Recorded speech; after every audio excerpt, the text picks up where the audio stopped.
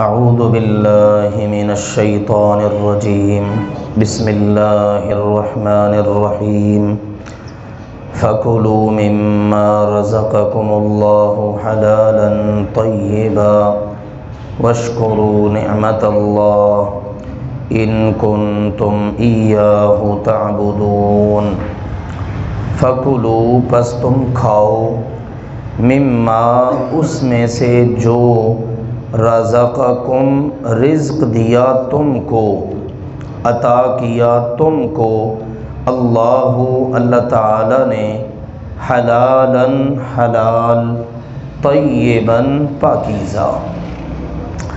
پچھلی آیات میں ہم نے پڑھا کہ مشرکین کا طرز عمل یہ تھا، وہ اللہ کی نعمتوں سے فائدہ بھی اٹھاتے، کھاتے پیتے، لیکن ناشکری کرتے، اللہ کی نعمتوں کی بے قدری کرتے، اور اللہ سبحانہ و تعالیٰ کے ساتھ شرک کرتے۔ پھر اس کے ساتھ ساتھ یہ کہ انہوں نے اپنی مرضی سے بہت ساری چیزوں کو حرام ٹھہرا لیا جن کو اللہ نے حلال کیا تھا، بہت ساری چیزوں کو انہوں نے حلال کر لیا جن کو اللہ نے حرام ٹھہرایا تھا۔ تو یہ انہوں نے اپنی منمانیاں کی۔ اب اللہ تعالیٰ نے اس حوالے سے کچھ تعلیمات ارشاد فرمائی۔ مسلمانوں کو تلقین ہے کہ اے مسلمانوں، تمہارے پاس اللہ کے رسول آئے ہیں نا، انہوں نے تمہیں بتا دیا ہے کیا حلال ہے، کیا حرام ہے، کیا پاک ہے، کیا ناپاک ہے۔ اب تم نے اللہ کے دیے ہوئے رزق میں سے حلال اور پاکیزہ کھانا ہے، یہ تمہارے لیے تعلیم ہے۔ اپنی مرضی نہیں کرنی، اللہ نے جو دیا ہے بس وہ کھاؤ، حلال اور پاکیزہ۔ اللہ نے حرام بھی رکھا ہے، اس میں آزمائش ہوتی ہے، کون ہے جو حلال کا اہتمام کرتا ہے اور کون ہے جو حرام کی طرف جاتا ہے۔ اللہ نے پاکیزہ چیزیں بھی رکھی ہیں، ناپاک بھی رکھی ہیں، امتحان لیتا ہے کون ہے جو پاکیزہ کی طرف بڑھتا ہے اور کون ہے جو ناپاک کی طرف بڑھتا ہے، تو یہ امتحان ہے۔ تو اب اللہ نے پابندی لگا دی کہ اے مسلمانوں، تم نے اس میں سے کھانا ہے جو اللہ نے تمہیں حلال اور پاکیزہ دیا ہے، حرام اور ناپاک کی طرف تم نے نہیں جانا۔ بلکہ بعض جگہوں پر تو کہا وَلَا تَيَمَّمُوا الْخَبِيثَ، جو ناپاک ہے، گندی چیز ہے، اس کا تم نے ارادہ بھی نہیں کرنا، سوچنا بھی نہیں ہے۔ پھر فرمایا وَاشْكُرُوا، اور شکر کرو، نعمت اللہ، اللہ کی نعمت کا۔ اللہ نے جو نعمت دی ہے نا، اس پر تم نے اللہ کا شکر ادا کرنا ہے۔ تم نے اللہ کے نافرمانوں، باغیوں، مشرکوں کی طرح نہیں کرنا کہ اللہ کی نعمتیں بھی استعمال کرو، ناشکری بھی کرو۔ پیچھے ذکر ہوا نا فَكَفَرَتْ بِأَنْعُمِ اللَّهِ، انہوں نے اللہ کی نعمتوں کی ناقدری کی۔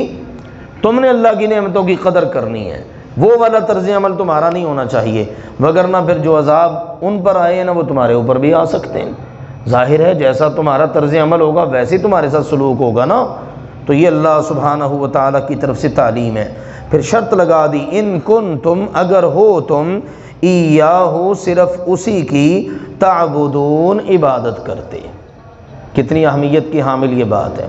اگر تم واقعی اللہ کی عبادت کرتے ہو تو تم نے دو کام کرنے ہیں، حلال پاکیزہ کھانا ہے اور اللہ کی نعمتیں استعمال کر کے ان پر اللہ کا شکر ادا کرنا ہے۔ شرط لگا دی اگر تم واقعی اس کی عبادت کرتے ہو۔ اس کا مطلب ہے اگر کوئی بندہ واقعی اللہ کی عبادت کرتا ہے نا، تو وہ حلال ہی کھائے گا، پاک ہی کھائے گا، اور کھا پی کر اللہ کی نعمتوں کو استعمال کر کے اللہ کا شکر ادا کرے گا۔ اگر وہ یہ نہیں کر رہا تو اس کا مطلب ہے اللہ کی عبادت کے اندر کوئی فرق ہے، وہاں پر کوئی کمی، کوئی نقص واقع ہے، یا اس کی عبادت کے اندر جان نہیں ہے، یا پھر وہ حرام کھا کھا کے اس قدر ہو چکا کہ وہ اللہ کی عبادت کی طرف آتا ہی نہیں ہے۔ تو یہ آیت اور اس جیسی دیگر آیات قرآن پاک میں اس مضمون کی، یہ خاص بندے کو جھنجھوڑنے کے لیے ہیں کہ دیکھو عبادت بھی بندہ کرتا رہے اور پھر حرام کی طرف بھی چلتا رہے۔ ٹھیک ہے نا، کتنے لوگ ہیں آج بھی، پہلے بھی جناب، وہ حرام کا ارتکاب کرتے ہیں، ناجائز شک والا مال، ٹھیک ہے نا، سود چل رہا ہے، رشوتیں چل رہی ہیں، نماز بھی پڑھ رہے ہیں، عبادتیں بھی کر رہے ہیں، روزے بھی رکھ رہے ہیں، سارے کام چل رہے ہیں، ٹھیک ہے، دو نمبریاں بھی چل رہی ہیں، ملاوٹیں بھی چل رہی ہیں، دھوکہ فراڈ بھی چل رہا ہے۔ تو یہ دونوں چیزیں اکٹھی نہیں چل سکتی کہ آپ ناپاک چیزیں بھی استعمال کرتے رہیں، حرام کام بھی کرتے رہیں اور ساتھ ساتھ عبادت بھی کرتے رہیں۔ یہ تو نہیں ہے نا کہ لو جی یہ تو ہماری عبادت ہے، وہ ہمارا کاروبار ہے، یہ اللہ کے یہاں نہیں یہ چل سکتی چیز۔ لوگ سارا کچھ کرتے ہیں، وہ جی ہماری وہ دنیا ہے اور یہ ہمارا دین ہے۔ اللہ سبحانہ و تعالیٰ نے اس کے اندر کوئی فرق نہیں رکھا۔ سمجھنے کی ضرورت ہے کہ دنیا کو دین کے مطابق گزارنا ہے، یہ ہے مقصد۔ تو یہاں پر اللہ تعالیٰ نے یہ بڑا اہم اصول اپنے بندوں کو سمجھا دیا جو بندے عبادت کرنے والے ہیں۔ پھر کہا انما در حقیقت حرم حرام کیا علیکم تم پر المیتۃ مردار کو، والدم اور خون کو، ولحم الخنزیر اور خنزیر سور کے گوشت کو، وما اور جو چیز اہل مشہور کر دی جائے، منسوب کر دی جائے، لغیر اللہ اللہ کے غیر کے لیے، بہی وہ اس چیز کو کہ جس کو اللہ کے غیر کے لیے منسوب کر دیا گیا، مشہور کر دیا گیا، وہ بھی حرام ہے۔ یہ آیت اور اس جیسی آیت قرآن پاک میں یہ 4 جگہوں پر ذکر ہوئی ہے۔ اس سے اندازہ کر لیں اس کی کتنی اہمیت ہے۔ سورۃ البقرہ میں، سورۃ المائدہ میں، سورۃ الانعام میں اور یہاں پر۔ پہلی چیز ہے مردار، جو جانور مر گیا۔ سورۃ المائدہ میں تو ابتدا میں اللہ تعالیٰ نے ساری تفصیلات ذکر کر دیں، چوٹ لگ کے مر گیا، گر کے مر گیا، ٹھیک ہے، اس کو جناب غیر فطری انداز میں مار ڈالا گیا، پھر اس کے بعد اس کا کھانا حرام ہے، ٹھیک ہے۔ اگر حلال جانور ہیں تو آپ اس کی جو جلد ہے، چمڑا ہے، کھال ہے، اس سے فائدہ اٹھا سکتے ہیں اگر حلال جانور ہے، حرام جانور کی نہیں۔ ہاں اس کا گوشت نہیں کھا سکتے آپ، یہ اللہ تعالیٰ نے حرام کر دیا ہے، ٹھیک ہے۔ تو یہ جو مردار ہو جاتا ہے نا، اس کو نہیں، اور پھر وہ بھی مردار کے زمرے میں ہی آتا ہے جو اللہ سبحانہ و تعالیٰ کے علاوہ کسی اور کے نام پر ذبح کیا جاتا ہے، جیسا کہ سورۃ الانعام 8ویں پارے کی ابتدا میں اللہ تعالیٰ نے ذکر کر دیا ہے، ٹھیک ہے۔ واضح کہہ دیا اللہ وَلَا تَأْكُلُوا مِمَّا لَمْ يُذْكَرِ اسْمُ اللَّهِ عَلَيْهِ، جس کو ذبح کرتے وقت اللہ کا نام نہیں نہ لیا گیا، اے مسلمانوں تم نے وہ نہیں کھانا، بے شک جس کا مرضی نام لیا جائے، اللہ کا نام نہیں ہے وہ نہیں تم کھا سکتے۔ تو پہلی چیز یہ ہو گئی میتہ، مردار۔ دوسری چیز آ گئی والدم، اور خون، ہر خون نہیں بلکہ وہ خون جو بہہ جائے، جب آپ نے ذبح کیا خون بہہ گیا وہ حرام ہے۔ ہاں جو گوشت کو لگا ہوتا ہے، یا اسی طرح سے وہ کلیجی بھی خون کے زمرے میں آتی ہے۔ نبی اکرم صلی اللہ علیہ وآلہ وسلم نے وہ بتا دیا کہ تلی اور جگر یہ بھی خون ہے، لیکن احلت لنا میتتان، ہماری اس امت کے لیے دونوں مردار اور یہ اللہ تعالیٰ نے حلال کر دی ہیں، ٹھیک ہے نا۔ ایک اس میں ہے مردار کے اندر مچھلی آ جاتی ہے، اور اسی طرح اس کے اندر ٹڈی آ جاتی ہے، ٹھیک ہے، یہ سمندری یا پانی کی مخلوق آپ کہہ لیں۔ اور اسی طرح آپ نے فرمایا وہ دمان، اور یہ 2 خون اللہ نے حلال کر دیے ہیں۔ یہاں پر مردار اور خون کا ذکر ہے نا، 2 مردار اور 2 خون، مچھلی اور ٹڈی یہ حلال ہیں 2 مردار، اس میں 2 خون، وہ کہہ لیجئے جگر اور کلیجی یا تلی، ٹھیک ہے، یہ چیزیں اگرچہ خون کے اندر آتی ہیں لیکن اللہ نے حلال کر دی۔ تو اب یہ خون سے مراد ہے بہتا ہوا خون، جو بہہ جائے، جو گوشت کو لگا ہوا ہے، جس وقت پکائی ہوتی ہے تو بعض اوقات اس کے نشانات ابھر آتے ہیں یا وہ خون اوپر آ جاتا ہے، تو وہ حرام نہیں ہے۔ پھر فرمایا ولحم الخنزیر، سور کا گوشت، خنزیر کا گوشت ہر شکل کے اندر ہی حرام ہے، کیونکہ انسانی وجود کے اوپر خوراک کا اثر ہوتا ہے، یا کوئی بھی حیوان جو خوراک کھاتا ہے نا اس کے اثرات اس پر ہوتے ہیں۔ خنزیر جو ہے، سور، اس کی بری عادات ہیں، بری فطرت اور طبیعت ہے، اس کا گوشت کھا کر جو اثرات ظاہر ہوتے ہیں بے شرمی والے، بے حیائی والے، اللہ سبحانہ و تعالیٰ وہ اپنے بندوں کے اندر بالکل پسند نہیں کرتا۔ اس کے برعکس بہت سارے جانور ہیں، بکری کا گوشت کھائیں آپ دیگر جانوروں کے گوشت کھا سکتے ہیں جن کو حلال کیا گیا ہے، تو حلال جانوروں کا گوشت، یہاں پر سور کا گوشت کسی بھی شکل کے اندر وہ حرام ہے۔ پھر یہ جو چیزیں حرام ہیں نا، ان سے علاج بھی نہیں ہو سکتا۔ یہ نہیں ہے وہ خنزیر کے بنے ہوئے گوشت جناب وہ فلاں میڈیسن بنی ہے تو بعض لوگ آج فتویٰ دے دیتے ہیں جناب وہ جائز ہے، نہیں، نبی اکرم صلی اللہ علیہ وسلم نے اصول دے دیا ہے کہ جس چیز کا کھانا پینا حرام ہے نا اس کے ساتھ علاج بھی نہیں ہو سکتا، ٹھیک ہے، اس سے کیا ہوگا؟ بیماری بڑھے گی، علاج نہیں ہو سکتا۔ یہ اللہ کے نبی صلی اللہ علیہ وسلم نے باتیں بتا دی ہیں، ہمیں تعلیم ارشاد فرما دی ہے۔ اب آج کے دانشور اور آج کے جناب حکما ڈاکٹر یہ جو بھی کوئی آ جائیں، سارے مل کر اللہ کے نبی صلی اللہ علیہ وسلم کی حکمت، دانائی، ڈاکٹری اس کا مقابلہ کر ہی نہیں سکتے، کچھ بھی نہیں ہے اس کے مقابلے میں۔ تو اللہ کے نبی صلی اللہ علیہ وسلم نے حرام چیزوں کا جہاں کھانا منع ہے وہاں ان سے علاج کو بھی منع قرار دے دیا۔ پھر اگلی بات ہے وما اہل لغیر اللہ بہ، جو چیز اللہ کے غیر کے لیے مشہور ہو جائے، منسوب ہو جائے۔ اہل ہلال سے ہے، ہلال کس کو کہتے ہیں؟ چاند کو۔ چاند طلوع ہوتا ہے، شور پڑ جاتا ہے، اور یہ ہلال عید، ہلال رمضان، یعنی رمضان کا چاند، عید کا چاند نظر آ گیا ہے، تو مقصد یہ ہے کہ وہ شور پڑ جاتا ہے، اس مناسبت سے الفاظ اہل، بعض اہل علم نے اس کا ترجمہ کیا ذبح کیا جائے، لیکن وہ محدود ہے۔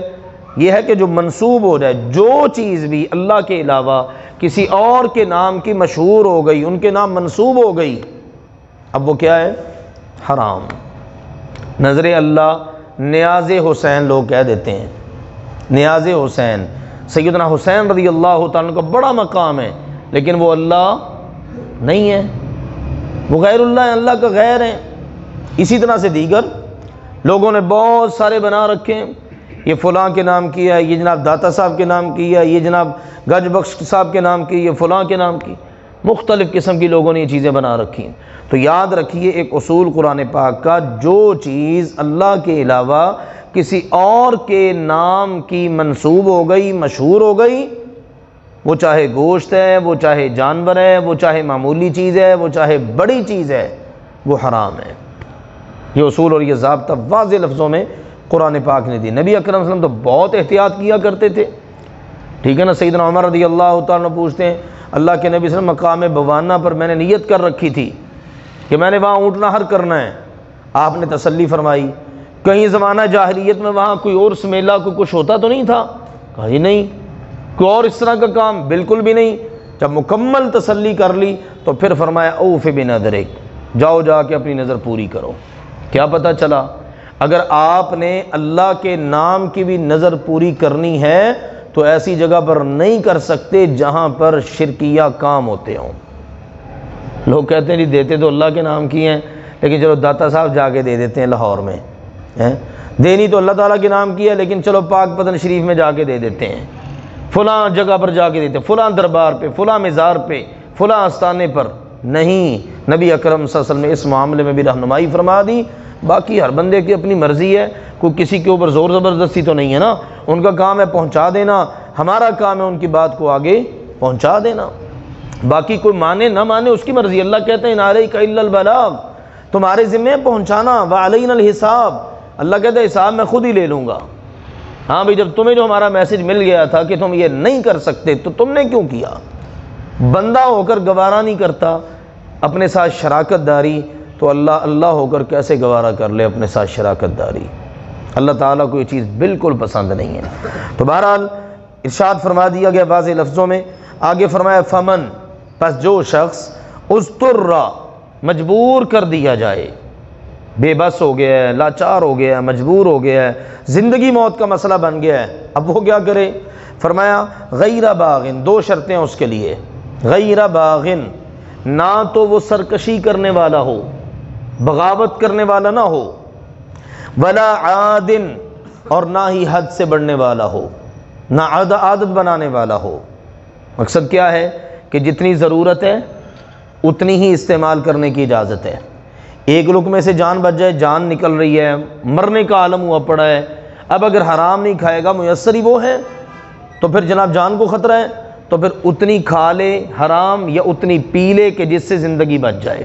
ایک لقمے سے زندگی بچتی ہے، ایک حلال ہے، ایک کے بعد اگلا حرام۔ غیر باغن ولا عادن، اب یہ بھی نہیں کہ ذرا سی طبیعت بگڑی تو فوراً جناب اب اس کو عادت ہی معمولی بنا لے کہ ذرا سی طبیعت خراب ہوئی، چلو یار وہ فلاں چیز سے فائدہ ہوا تھا، وہ فلاں وقت میں فلاں چیز کھا لی تھی، پھر کھا لیتے ہیں، ہے تو حرام ہی لیکن چلو اس وقت کھا لی تھی، اس وقت گناہ کر لی تھا، پھر کر لیتے ہیں، ایسا بھی نہیں۔ تو یہ دو شرطیں مد نظر رکھتے ہوئے حد سے تجاوز بھی نہیں کرنا اور سرکشی بھی نہیں کرنی۔ جب یہ نہیں نہ کرنا یعنی نہ بغاوت کرنی ہے نہ عادت بنانی ہے، پھر اللہ نے کہا فَإِنَّا، پس بے شک اللہ تعالی غفور، بہت بخشنے والا ہے، رحیم رحم کرنے والا ہے۔ جب تم یہ دو شرطیں مد نظر رکھتے ہوئے کر لو گے نا، دوسری جگہ کا فلا اسم علیہ، پھر گناہ نہیں ہوگا۔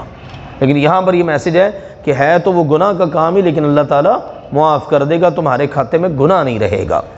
وَلَا تَقُولُوا، اور نہ تم کہو، لما ان چیزوں کو جو تصفو بیان کرتی ہیں، السنتکم تمہاری زبانیں، ان چیزوں کے لیے کہ جن کے بارے میں تمہاری زبانیں بیان کرتی ہیں، نہ تم کہو الکذب، جھوٹ، اپنی زبانوں سے ایسے نکال کے کہتے رہو کیا، ھذا یہ حلال حلال ہے، وھذا اور یہ حرام حرام ہے، خود اپنی زبان سے کہہ دو، ایسے ہی فتوے لگاتے رہو یہ حلال ہے یہ حرام ہے، لتفتروا تاکہ تم باندھو گھڑو، علی اللہ اللہ پر، الکذب جھوٹ، اللہ تعالیٰ پر جھوٹ باندھنے، منسوب کرنے، گھڑنے کے لیے اپنی زبانوں سے جھوٹ بیان نہ کرو، یہ حلال ہے یہ حرام ہے۔ جیسے مکہ والوں نے کر لیا تھا، یہ والا جانور حلال ہے یہ والا جانور حرام ہے، اپنی مرضی سے ہی۔ اور قرآن پاک میں اللہ نے ذکر کیا سورۃ الانعام میں، بحیرہ، صائبہ اور اس قسم کے کئی جانور انہوں نے خود ساختہ ہی حرام کر لیے اور کہہ دیا یہ حلال ہے، اللہ نے ان کو حرام کر رکھا تھا۔ آج کے دور میں بھی ایسے بہت ساری چیزیں ہو جاتی ہیں، لوگ خود سے ہی حلال اور حرام کے وہ بنے بیٹھے۔ یاد رکھیے حلال اور حرام کرنے کا اختیار صرف اللہ کے پاس ہے۔ اللہ تعالیٰ نے اپنے نبیوں کو بھی اجازت نہیں دی۔ نبی اکرم صلی اللہ علیہ وسلم کے بارے میں یحل لہم الطیبات ویحرم علیہم الخبائث، یہ بیان کر دیتے ہیں کہ بھئی یہ پاکیزہ چیزیں یہ حلال ہیں، بھئی یہ ناپاک چیزیں یہ حرام ہیں، وہ بیان کر سکتے ہیں، لیکن وہ خود سے کہیں یہ ممکن ہی نہیں۔ ایک مرتبہ آپ نے کر لیا، آپ نے کہا میں شہد نہیں پیوں گا، تفصیلی واقعہ ہے، فوراً قرآن اترا، یا ایھا النبی لم تحرم ما احل اللہ لک، اے نبی جی آپ نے اس چیز کو حرام کیوں کیا؟ قرآن کا انداز دیکھیے، لم تحرم، کیوں آپ نے حرام کیا اس کو جس کو اللہ نے آپ کے لیے حلال کیا ہے؟ تو کیا پتہ چل رہا ہے حلال حرام کا اختیار تو اللہ کے نبی صلی اللہ علیہ وسلم کے پاس بھی نہیں ہے۔ وہ بیان کر سکتے ہیں، بتا سکتے ہیں کہ لوگوں یہ حلال ہے اللہ نے اس کو حلال کیا ہے، لوگوں یہ حرام ہے اللہ نے اس کو حرام کیا ہے۔ تو جب آپ کے پاس نہیں ہے پھر کائنات کے اندر کسی اور کے پاس یہ اختیار کیسے ہو سکتا ہے؟ کوئی ایسی منہ اٹھا کے کہہ دے جناب یہ حلال ہے یہ حرام ہے، نہیں، وہ بیان کر سکتا ہے جو اللہ نے۔ یہودیوں نے یہی تو کیا تھا، پھر اللہ تعالیٰ نے فرمایا ان کے اس کرتوت کی وجہ سے پھر ہم نے ان کے اوپر بہت ساری حلال چیزوں کو حرام کر دیا۔ وعلی الذین ہادوا حرمنا، آگے آ بھی رہا ہے، ٹھیک ہے، ان کے اوپر بہت ساری چیزیں پھر حرام ہو گئیں، اللہ نے سزا دی ان کو۔ تو یہاں پر یہ بات ہے، پھر کہا انا بے شک الذین وہ لوگ یفترون جو گھڑتے ہیں باندھتے ہیں علی اللہ اللہ پر الکذب جھوٹ لا یفلحون کبھی کامیاب نہیں ہو سکتے، کہ کبھی فلاح پا ہی نہیں سکتے۔ بلکہ نبی اکرم صلی اللہ علیہ وسلم نے فرمایا اتنے بڑے ناکام ہیں کہ من کذب علی متعمدا فلیتبوأ مقعدہ من النار، جو میری طرف جھوٹ منسوب کرے جان بوجھ کر وہ اپنا ٹھکانہ جہنم میں سمجھے، پکا جہنمی ہے، جو خود ساختہ حلال اور حرام کرتا پھرتا ہے۔ اللہ نے جو حلال کیا اللہ نے جو حرام کیا اس کو بیان کرے، لوگوں کے سامنے بتائے۔ فرمایا متاع فائدہ ہے، قلیل تھوڑا سا، یہ تھوڑا سا فائدہ ہے، کتنا لے لوگے دنیا میں، غلط مسائل غلط باتیں بیان کر کے، غلط حرام حلال بیان کر کے کتنا فائدہ لے لوگے؟ آخرت کے مقابلے میں دنیا ہے ہی معمولی، وَمَا الْحَيَاةُ الدُّنْيَا فِي الْآخِرَةِ إِلَّا مَتَاعٌ، آخرت کے مقابلے میں اللہ نے کہا دنیا میں بالکل معمولی سا سامان ہے، ٹھیک ہے نا، کوئی حیثیت ہی نہیں ہے، بلکہ احادیث میں آتا ہے نا مچھر کے پر کے برابر بھی حیثیت نہیں ہے، مردار مرے ہوئے جانور کے برابر بھی حیثیت نہیں ہے اس دنیا کی۔ تو بندہ اس کو لے لے اور اللہ تعالیٰ کا مجرم بن جائے تو یہ بڑی خوفناک قسم کی صورتحال ہے۔ تو ارشاد فرمایا اللہ تعالیٰ نے یہ تھوڑا سا سامان ہے، تھوڑے سے جناب موج میلہ کر لیں گے یہ، وَلَهُمْ اور ان کے لیے عذاب علیم دردناک عذاب ہے، وَعَلَى الَّذِينَ اور ان لوگوں پر ہادو جو یہودی ہوئے، حرمنا ہم نے حرام کر دیا، ما قصصنا وہ کچھ جسے ہم نے بیان کیا ہے، علیکا آپ صلی اللہ علیہ وسلم پر، من قبل اس سے پہلے بہت ساری چیزیں حرام ہو گئیں۔ مثال کے طور پر اللہ نے کہا چربی سے فائدہ نہیں اٹھا سکتے، یہ تمہارے اوپر حرام ہے، ہم نے حرام کر دی، کہ بعد میں انہوں نے اس سے ہیلے بہانے اور اس طرح کے کام کیے۔ اللہ نے کہا ہفتے والے دن مچھلی کا شکار نہیں کر سکتے، اور بھی اس طرح کی کئی مثالیں قرآن پاک کے اندر موجود ہیں۔ تو اللہ تعالیٰ نے ان کے ان کرتوتوں کی وجہ سے ان پر بہت ساری چیزوں کو حرام کر دیا۔ فرمایا وما ظلمناہم، اور لیکن ہم نے تو ان پر ظلم نہیں کیا، اور ما نہیں ظلمناہم، ہم نے ان پر ظلم کیا، ولیکن اور لیکن کانوا وہ تھے انفسہم اپنی جانوں پر یظلمون ظلم کرتے، خود ہی ظلم کرتے تھے۔ خود جب حلال حرام کی چابی اپنے ہاتھ میں لے لی، یہ کرنا شروع کر دیا، تو پھر اللہ تعالیٰ نے بھی ان پر بہت ساری چیزوں کو حرام کر دیا، پھر گرفت میں آتے چلے گئے۔ بعض اوقات ایسا بھی ہو سوال کر لیا ایسے، یہ کیسے پھنستے چلے گئے، پابندیاں لگواتے چلے گئے، تو خود اپنی جان پر ظلم کیا تو اللہ تعالیٰ کی طرف سے پکڑ ہوتی رہی۔ ثم پھر ان بے شک ربک آپ کا رب للذین ان لوگوں کو عاملوا جنہوں نے عمل کیے السوء برے بجہالت نادانی میں، بے وقوفی میں۔ جہالت اصل میں بندہ جان بوجھ کر عمل کرے یا انجانے میں کرے، ہوتی اس کی نادانی ہے، بے وقوفی ہے۔ زمانہ جاہلیت کو جاہلیت اسی لیے کہا جاتا ہے نا کہ اس کے اندر لوگ بہت سارے برے عمل کرتے تھے، نادانیاں، بے وقوفیاں۔ بہت سارے لوگوں کو گناہ کا اندازہ بھی ہوتا تھا، بہت سو کو نہیں بھی ہوتا تھا، لیکن وہ کرتے تھے۔ تو اللہ تعالیٰ نے فرمایا کوئی بھی انجانے میں، جہالت میں، نادانی میں کوئی برے عمل کر بیٹھے، ثم پھر تابوا انہوں نے توبہ کر لی، من بعد ذالک اس کے بعد، واصلحوا اور اصلاح کر لی۔ دو چیزیں آ گئیں اہمیت کی حامل، گناہ ہو گیا، برا عمل ہو گیا، شرط یہ ہے یہ بے وقوفی بندہ اس کو سمجھے، نادانی ہو گئی، مجھ سے جہالت میں ان پڑھ تھا، ٹھیک ہے نا، نادان تھا میں، اور اس کے بعد بندہ سچی توبہ کر لے، پھر یا اللہ میں سچی توبہ کرتا ہوں، یعنی گناہ کو چھوڑنا، اس پر نادم ہونا، اللہ سے معافی مانگتے رہنا۔ اور اگلی بات ہے یہاں پر وَأَصْلَحُوا، پھر اصلاح بھی کر لے۔ یہ نہیں ہے کہ گناہ کی روش ویسے ہی جاری ہے، گناہ پر ویسے ہی کارآمد ہے اور چل رہا ہے، ٹھیک ہے، عمل درآمد کیے جا رہا ہے اس کے اوپر، ایسا نہیں ہے۔ گناہ کو چھوڑنا ہے، اپنی اصلاح کرنی ہے۔ تو اللہ کا وعدہ ان بے شک ربک آپ کا رب من بعدہا اس کے بعد لغفور بہت بخشنے والا ہے، رحیم بے حد مہربان ہے۔ اس سے اسلام کی عالمگیریت بھی ثابت ہوتی ہے، اسلام کی وسعت کا بھی پتہ چلتا ہے۔ پیچھے کن کن کا ذکر ہو گیا ہے؟ مشرکین کا، یہودیوں کا، اہل کتاب کا، تو یہ سارے انسانوں کے نام پیغام ہے۔ کوئی بھی بندہ اگر جہالت میں، نادانی میں، بے وقوفی میں گناہ کر بیٹھے، توبہ کر لے، اصلاح کر لے، تو اللہ اس کو معاف کر دے گا۔ پھر جتنا وہ اپنی توبہ کے اندر پکا ہوگا، اللہ کی طرف سے سلوک بھی اتنا ہی اچھا ہوگا۔ ممکن اللہ اپنی رحمت برساتے ہوئے اس کے گناہوں کو بھی نیکیوں میں بدل دے، یہ اللہ کی رحمت ہے۔ تو یہ اللہ تعالیٰ کا وعدہ ہے۔